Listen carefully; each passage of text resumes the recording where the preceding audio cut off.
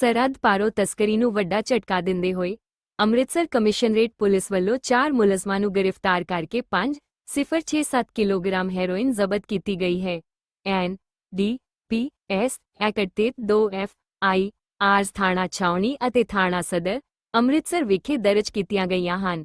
ਹਵਾਲਾ ਨੈਟਵਰਕ ਅਤੇ ਪਿਛੜੇ ਅਤੇ ਅਗਾਂਹਵਧੂ ਸਬੰਧਾਂ ਦੀ ਜਾਂਚ ਜਾਰੀ ਹੈ। ਪੰਜਾਬ ਪੁਲਿਸ ਨਸ਼ਿਆਂ ਦੇ ਨੈਟਵਰਕ ਨੂੰ ਖਤਮ ਕਰਨ ਅਤੇ ਪੰਜਾਬ ਨੂੰ ਨਸ਼ਾ ਮੁਕਤ ਬਣਾਉਣ ਲਈ ਵਚਨਬੱਧ ਹੈ। ਸਰਹੱਦ ਪਾਰੋਂ ਤਸਕਰੀ ਨੂੰ ਵੱਡਾ ਝਟਕਾ ਦਿੰਦੇ ਹੋਏ ਅੰਮ੍ਰਿਤਸਰ ਕਮਿਸ਼ਨਰੇਟ ਪੁਲਿਸ ਵੱਲੋਂ 4 ਮੁਲਜ਼ਮਾਂ ਨੂੰ ਗ੍ਰਿਫਤਾਰ ਕਰਕੇ 5,067 ਕਿਲੋਗ੍ਰਾਮ ਹੈਰੋਇਨ ਜ਼ਬਤ ਕੀਤੀ ਗਈ ਹੈ। NDPS ਐਕਟ 2FIRs ਥਾਣਾ ਛਾਉਣੀ ਅਤੇ ਥਾਣਾ ਸਦਰ ਅੰਮ੍ਰਿਤਸਰ ਵਿਖੇ ਦਰਜ ਕੀਤੀਆਂ ਗਈਆਂ ਹਨ।